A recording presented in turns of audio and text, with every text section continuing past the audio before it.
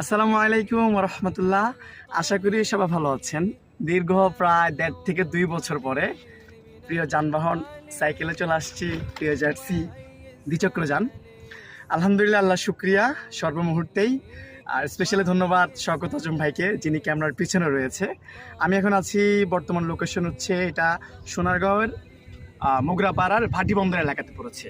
আমার পিছনে অসাধারণ একটা প্লেস, আমি যদি দেখাইতে পারতাম তাইলে বুঝতে পারতাম, কিন্তু এখন যে জায়গা আছে এটা আরো অসাধারণ। আমি একটু যদি পিছনে দেখানোর চেষ্টা করি, ভাই একটু পিছনে।